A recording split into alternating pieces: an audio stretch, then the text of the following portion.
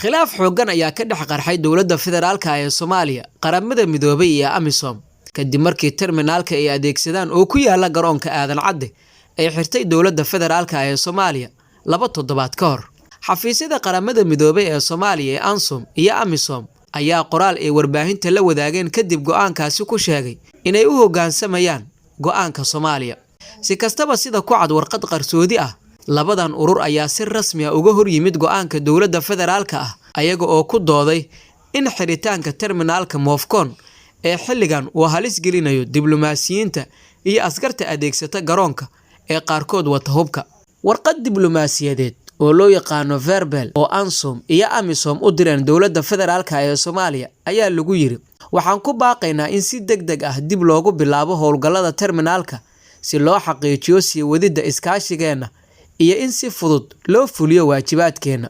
go'aanka ee dowladda federaalka ee Soomaaliya si degdeg ah ugu xirtay terminaalka ma ahan mid la jaan qaadi kara iskaashiga wanaagsan iyo xiriirka wada shaqeyneed ee qaramada midoobay ee AMISOM ay la lahaayeen dalka aan martida u nahay. tan iyo markii la bilaabay howlgalka Soomaaliya ayaa lagu yiri warqadda loo diray wasaaradda arrimaha dibadda ee Soomaaliya. ANSOM iyo AMISOM ayaa waxaa Muqdisho ka jooga tiro shaqaale oo la taaban karo kuwaas oo aad u adeegsada garoonka diyaaradaha Aadan Cadde ee magaalada Muqdisho.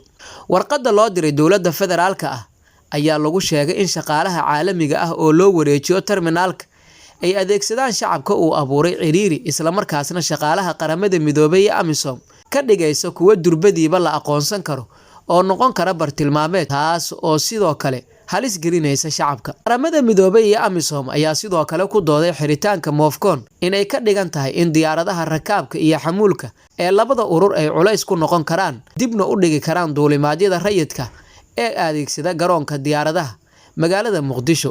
kadib markii dowladda federaalka ee Soomaaliya ay xirtay terminaalka Mofcon waxay sheegtay in la wareegi doonto isla markaana geyn doonto shaqaale amni oo Soomaali ah ayada oo ku eedeysay kuwa caalamiga ah inay dhinac maraan nidaamka amniga. si kastaba ANSOM iyo AMISOM ayaa u sheegay dowladda federaalka ah ee Soomaaliya inay raacdo heshiiska loo yaqaano SOMA oo ay horey u wada galeen isla markaana lagala tashado ka hor inta aan shaqaale Soomaali ah la geynin terminaalka.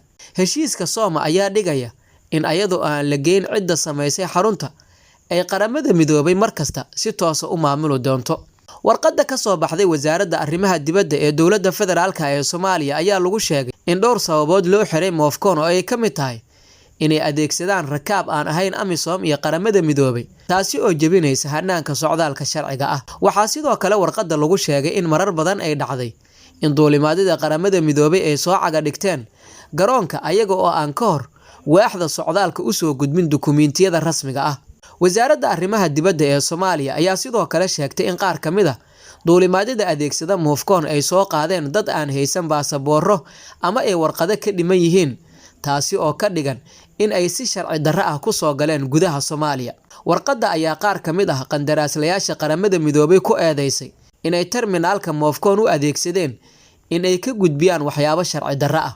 warqadda ayaa intaasi ku dartay in sidoo kale ay jiraan xaalado qaar kamid ah shaqaalaha waaxda socdaalka lagu xadgudbay ama loo hanjabay, taasi oo horey loogala hadlay qaramada midoobay. ma cadda haddii dowladda federaalka ee Soomaaliya ay ka laaban doonto go'aankeeda ayada oo warqadda qaramada midoobay ee AMISOM ay direen laga dheehan karo hanjabaad ah inay joojin doonaan howlgalladooda haddii aan dib loo furin terminaalka.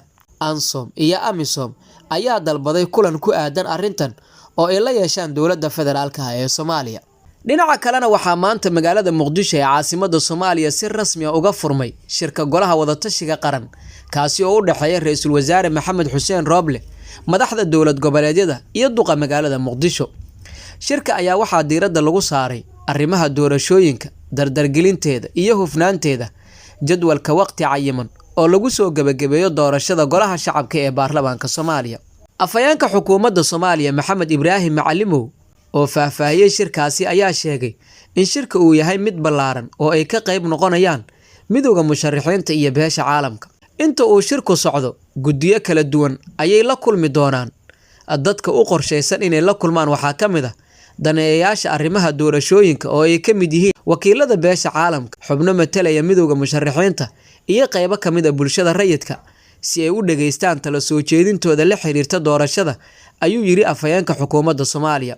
Sidoo kale waxa uu sheegay in shirkan uu xal u noqon doono caqabadaha iyo qaladaadka ka jira doorashooyinka Soomaaliya, gaar ahaan midda golaha shacabka oo si weyn uga hor yimaadeen hanaankeeda midowga musharaxiinta mucaaradka. Shirka waa mid aad u ballaaran oo aan filayo in uu soo gabagabeeyo arrimaha ku geedaaman doorashada iyo sixitaankeeda.